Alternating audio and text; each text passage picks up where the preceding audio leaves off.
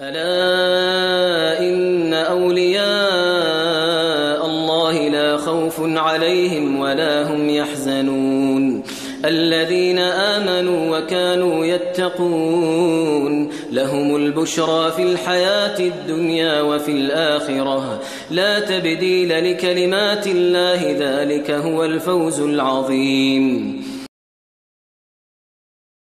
Inilah untayan mutiara dari riwayat hidup seorang yang soleh, yang dicintai oleh Allah Subhanahu wa Ta'ala dan Rasulnya Sallallahu Alaihi Wasallam. Setiap nafas dan langkahnya hanyalah untuk mencari ridho Allah dan Rasulnya Sallallahu Alaihi Wasallam. Setiap sikap dan perilakunya menggambarkan suri tauladan datuknya baginda Nabi Muhammad Sallallahu Alaihi Wasallam. Semoga kita bisa mencontoh dan meneladani suri tauladan ini dalam kehidupan kita, yang pastinya menjadikan kehidupan kita bahagia di dunia dan akhirat, disertai ridho Allah dan berkumpul di surga Firdaus bersamanya dan datuknya Nabi Muhammad SAW. Amin ya rabbal alamin. Ad-da'i ilallah, al-arif billah, al-murabbi, al-ustad, al-habib Hasan bin Ahmad Baharun dilahirkan di Sumeneb pada hari Senin tanggal 27 Safar 1353 Hijriah bertepatan dengan 11 Juni 1934 Masehi, dan merupakan putra dari Al-Habib Ahmad bin Husain bin Tahir bin Umar Baharun dengan Syekhah Fatmah binti Ahmad Bakhabazi. Semenjak kecil, kedisiplinan dan kesederhanaan telah ditanamkan oleh kedua orang tua beliau, sehingga mengantarkannya tumbuh menjadi sosok pribadi yang cerdas, mencintai ilmu, mempunyai akhlak dan sifat-sifat yang terpuji. Dan semenjak kecil, Abuya Habib Hasan telah tertanam dalam dirinya jiwa ketakwaan yang tinggi. Pendidikan agama selain diperoleh dari bimbingan kedua orang tuanya, beliau juga dapatkan dari Madrasah Makarimul Akhlak Sumeneb dan dari kakeknya yang dikenal sebagai ulama besar di Kabupaten Sumeneb, yaitu Al-Ustad Asy-Syaikh Ahmad bin Muhammad Bakhabazi, yang senantiasa membina dan membimbingnya dengan penuh kasih sayang dan kesabaran. Semangat belajar Abuya Habib Hasan Baharun semenjak kecil memang dikenal rajin dan ulet. Bahkan apabila bulan Ramadan tiba, selepas melaksanakan salat tarawih dan tadarus Al-Quran, beliau lanjutkan dengan belajar dan mendiskusikan masalah agama kepada pamannya yang bernama Ustadz Syekh Uthman Bakhabazi sampai tiba waktu sahur. Dan beliau menjadi murid kesayangan Al-Arif Billah Al-Faqih Al-Habib Umar Ba'agil Surabaya. Pada Habib Umar Ba'agil inilah beliau banyak memperdalam ilmu fikih di samping disiplin ilmu-ilmu lainnya. Setelah mempunyai ilmu yang mumpuni, beliau tergerak untuk berdakwah di jalan Allah Subhanahu wa Ta'ala dan datuknya Nabi Muhammad SAW. Pergilah beliau bersama ayahandanya ke Masa Lembu untuk berdakwah sambil membawa barang dagangan. Perdagangan beliau dan ayahandanya dijadikan sarana untuk pendekatan dakwah kepada masyarakat di sana, sehingga mereka dikenal dengan pedagang yang tidak sukses karena tidak pernah membawa keuntungan. Kedermawanan dan belas kasihnya kepada orang yang tidak mampu menjadikan dagangannya tidak berkembang, karena beliau sering membebaskan hutang orang yang tidak mampu membayar hutangnya. Bahkan keuntungan dagangnya kerap diberikan untuk orang yang tidak mampu. Pada tahun 1966 Masehi, beliau pergi berdakwah ke Kalimantan Barat. Perjalanan dakwah yang sama sekali tidak mencari keuntungan duniawi. Beliau hanya berharap keridhaan Allah dan kecintaan datuknya Nabi Muhammad SAW. Beliau berdakwah bukan ke kota-kota atau tempat yang mempunyai fasilitas yang memadai, akan tetapi beliau keluar masuk desa dan menjelajahi hutan belantara yang penuh lumpur dan rawa, sehingga pernah sekali waktu beliau terjatuh di rawa yang penuh dengan duri setelah meloncat dari perahu yang beliau tumpangi. Dan selama berdakwah, beliau membeli, membawa, dan menyiapkan sendiri perangkat pengeras suara, loudspeaker, dan sound system agar meringankan dan memudahkan siapapun yang mengundangnya, karena waktu itu alat tersebut memang masih langka dan susah didapat. Beliau juga selalu membawa satir, yaitu tabir pemisah dari kain, disiapkan agar tidak terjadi ikhtilat, yaitu bercampurnya jamaah laki-laki dan perempuan dalam satu tempat, dan dari maksiat-maksiat lainnya, yang mana hal itu bisa menghalangi turunnya rahmat dan hidayah Allah Subhanahu wa Ta'ala. Setelah kepulangan dari Kalimantan Barat pada tahun 1972 Masehi, beliau memfokuskan dakwah dalam mengajar ilmu agama di beberapa pondok pesantren di Jawa Timur, khususnya ilmu bahasa Arab, sehingga beliau mengarang beberapa kitab yang berkaitan dengan ilmu bahasa Arab. Di antaranya adalah Kamus Bahasa Arab yang bernama Kamus Bahasa Dunia Islam Majmu'atil Asriyah fil Lughatil Arabiyyah, yang menjadi kitab fenomenal dan dipakai sebagai buku wajib di berbagai pondok pesantren. Dengan kegigihan dan keikhlasan beliau, jerih payahnya membuahkan hasil berkembangnya bahasa Arab di setiap pondok pesantren yang beliau ajarkan. Pada tahun 1981 Masehi, atas perintah gurunya Al-Allamah As-Sayyid Muhammad bin Alawi Al-Maliki dari Makkah, Abuya Habib Hasan membuka pondok pesantren yang bernama Darul Lughah wa Da'wah di kota Bangil, Jawa Timur, dengan menempati rumah kontrakan. Dengan waktu yang relatif singkat, beliau mendapat kepercayaan dari masyarakat sehingga jumlah santri bertambah dengan pesat. 13 rumah kontrakan tidak bisa menampung santri yang terus bertambah. Akhirnya pada tahun 1984 Masehi, Abuya As-Sayyid Muhammad Al-Maliki yang menjadi musyrif pondok Darul Lughah wa Da'wah memberikan isyarat untuk memindahkan lokasi pondok ke tempat yang lebih luas. Beliau memilih desa Raci, sekitar 4 km sebelah timurnya kota Bangil. Kemudian dengan berjalannya waktu, dengan kegigihan, keikhlasan, dan ketawakalan Abuya Habib Hasan yang sangat tinggi, pondok pesantren yang mewajibkan bahasa Arab bagi santrinya menjadi pesantren yang terkenal dan disegani di Nusantara. Abuya Habib Hasan adalah seorang ulama yang terkenal oleh semua kalangan, mempunyai sifat teladan dan budi pekerti yang tinggi dan terpuji. Seorang figur ulama yang betul-betul mewarisi sifat-sifat dan sikap dan perjuangan datuknya Al-Mustafa Nabi Muhammad SAW. Beliau seorang yang penyabar, sifat kesabarannya sangat luar biasa.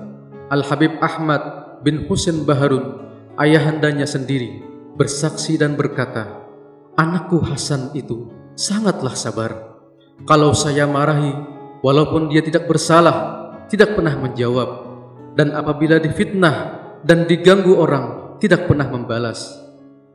Kesabaran beliau sulit dilukiskan, baik dalam hal membina dan membimbing santri, serta menghadapi kenakalan santri, serta orang-orang yang mengganggu pondok pesantren yang beliau dirikan. Abuya Habib Hasan dalam menghadapi orang-orang yang fitnah dan mengganggu beliau ataupun pondok, justru mereka diberi hadiah dengan berulang kali, bahkan membantu urusan mereka seakan-akan beliau tidak tahu bahwa orang tersebut telah mengganggunya. Sifat istiqomah Abuya Hasan Baharun sudah tidak diragukan lagi. Istiqomah merupakan karomah yang paling tinggi dimiliki oleh seorang wali. Al-istiqomah khairun min alfi karomah. Salah satu tanda dari sifat istiqomah beliau tercermin pada aktivitas beliau sehari-hari. Bangun dini hari pada jam 2 malam merupakan sebuah kebiasaan yang beliau tekuni dimanapun, kapanpun, dan dalam kondisi bagaimanapun. Walaupun baru berhenti beraktivitas dan pulang ke rumah jam 12 malam, beliau tetap bangun jam 2 malam lalu berangkat ke kantor untuk bertahajud, membaca wirid, serta mutalaah kitab. Kemudian membangunkan santri dan para guru pada pukul 3 malam. Bahkan untuk menjaga keistiqomahan tersebut, beliau mewajibkan santri yang menjaga malam di pintu gerbang untuk membangunkan beliau tepat pukul 2 malam dengan bel yang keras terpasang di kamar beliau. Abuya Habib Hasan juga terkenal dengan ketawadhuan yang luar biasa. Walaupun beliau sebagai ulama besar yang dihormati dan disegani, tapi beliau senantiasa menunjukkan sikap tawadhu dalam kehidupan sehari-hari dan sama sekali tidak menunjukkan bahwa beliau adalah orang besar, karena beliau selalu berpesan kepada putra-putri beliau dan kepada para santri, jadikanlah dirimu orang yang paling rendah dan paling hina di muka bumi ini. Maka tatkala engkau tidak dihormati dan dimuliakan, maka engkau merasa pantas dengan kehinaan tersebut. Dan tatkala engkau dihormati dan dimuliakan seseorang, maka engkau melihat orang itu yang mempunyai akhlak yang baik, yang mau menghormati orang yang hina seperti saya ini. Walaupun beliau seorang pimpinan pondok pesantren yang beliau dirikan, seringkali beliau membuat sendiri teh atau kopi yang akan disuguhkan kepada para santri yang mau belajar kepada beliau. Kemudian para santri disuruh minum secara bergiliran dalam satu gelas besar agar mendapatkan keberkahan. Lalu beliau meminta kepada para santri agar menyisakan sedikit minuman tersebut, yang kemudian tanpa disangka beliau meminumnya. Karena Abuya dengan kerendahan hatinya mengambil keberkahan dari siapapun, walaupun dari santri-santrinya sendiri. Sewaktu-waktu Abuya pernah menghadiri pengajian umum di Sumeneb, Madura bersama Ustadz Qaimuddin. Padahal bukan sebagai pembicara atau undangan khusus, beliau tidak malu untuk menghadirinya walaupun duduk di tempat umum biasa, bukan di depan atau tempat undangan khusus. Padahal beliau sudah menjadi ulama besar dan mempunyai pondok pesantren yang besar. Dengan ketawadhuan itulah Abuya Habib Hasan Baharun dikenal sebagai sosok yang sangat baik, supel, dan luwes dalam menjalin hubungan dengan semua kalangan dan semua golongan, baik kalangan ulama ataupun awam, kalangan kaya ataupun yang biasa, kalangan berpangkat ataupun tidak, kalangan tingkat atas ataupun kalangan bawah. Di samping itu, beliau juga mampu mempertahankan hubungan baik tersebut terhadap semuanya sampai akhir hayatnya. Kesuksesan Abuya Habib Hasan Baharun dalam berdakwah dan membangun pondok pesantren Darul Lughah wa Dakwah tidak terlepas dari peran besar dari seorang wanita salihah. Beliau adalah Al-Mukarramah Hubabah Syarifah Khadijah binti Muhammad Al-Hinduan, hafidhahullah wa ra'aha, pamata'ana bituli hayatiha syarifah fi khairin wa sihhah wa afiyah. Istri tercinta yang senantiasa dengan penuh ketabahan dan kesabaran mendampingi pahit getirnya perjuangan, serta senantiasa memberikan semangat bagi sang suami yang tercinta.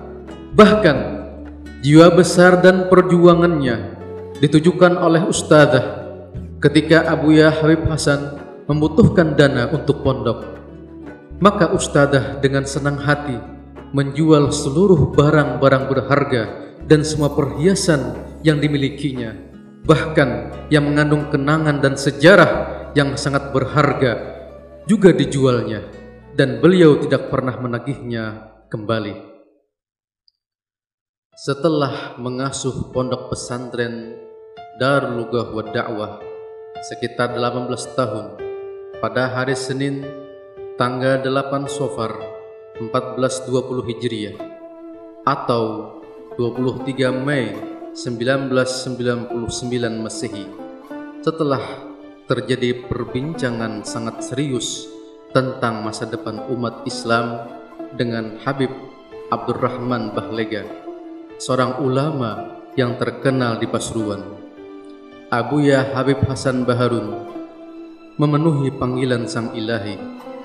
Kewafatan yang sangat mengejutkan semua orang, khususnya keluarga dan para santri. Mereka tidak percaya dengan kepergian Abuya yang terlalu cepat. Isak tangis pun pecah, sehingga santri ada yang pingsan, ada yang duduk terpaku, tak kuasa bangun kembali. Ada yang pandangannya kosong, seakan akalnya berhenti. Kesedihan yang sangat mendalam karena Abuya Habib Hasan yang sangat menyayangi mereka melebihi kasih sayang orang tua kepada anaknya. Abuyalah yang menghilangkan kesedihan mereka tatkala mereka bersedih. Abuyalah yang membantu mereka tatkala mereka kesusahan. Abuyalah yang tahu keadaan mereka walaupun mereka tidak mengutarakannya. Abuya sangat sabar dalam mengajar dan mendidik mereka. Abuya selalu berbagi kebahagiaannya kepada mereka. Abuya selalu bersama mereka, tidak mau berpisah dalam waktu yang lama. Abuya mengorbankan waktu, jiwa, dan hartanya untuk mereka, sehingga mereka larut dalam kesedihan, isak tangis, dan duka cita dalam waktu yang lama. Berita kewafatan Abuya Habib Hasan tersebar dengan cepat. Ribuan orang yang datang berduyun-duyun untuk bertakziah dan mensolatinya. Saat itu, sholat jenazah dipimpin oleh Al-Arif Billah Al-Habib Anis bin Alwi Al-Habsyi dari Solo. Kemudian estafet kepemimpinan dilanjutkan oleh putra beliau Al-Ustadz Al-Habib Ali Zainal Abidin Baharun. Dan sampai sekarang pondok pesantren Darul Lughah wa Da'wah berkembang dengan pesat dengan kegigihan Al-Habib Zain Baharun berserta saudara-saudara beliau, yaitu Al-Habib Segaf Baharun, Al-Habib Ali Baharun, Al-Habib Husain Baharun, dan Asy-Syarifah Ummu Bagir Baharun, yang mereka saling bantu-membantu dan bahu-membahu. Hafidhahumullah wa ra'ahum wa mata'anna Allah bituli hayatihim syarifah fi khairin wa sihhatin wa afiyah. Demikianlah sebagian manaqib Abuya Habib Hasan Baharun. Mudah-mudahan kita semua bisa menjadikannya teladan dalam kehidupan kita semua, sehingga kita mendapat keberkahannya, kecintaannya, dan kecintaan datuknya Al-Mustafa sallallahu alaihi wasallam. Rabbi fanfa'na bi barakatihim wahdinal husna bi hurmatihim wa amitna fi tariqatihim wa mu'afatin minal fitani. Wa sallallahu ala sayyidina wa maulana Muhammadin wa ala alihi wa sahbihi wa barak wa sallam. Alhamdulillahi rabbil alamin.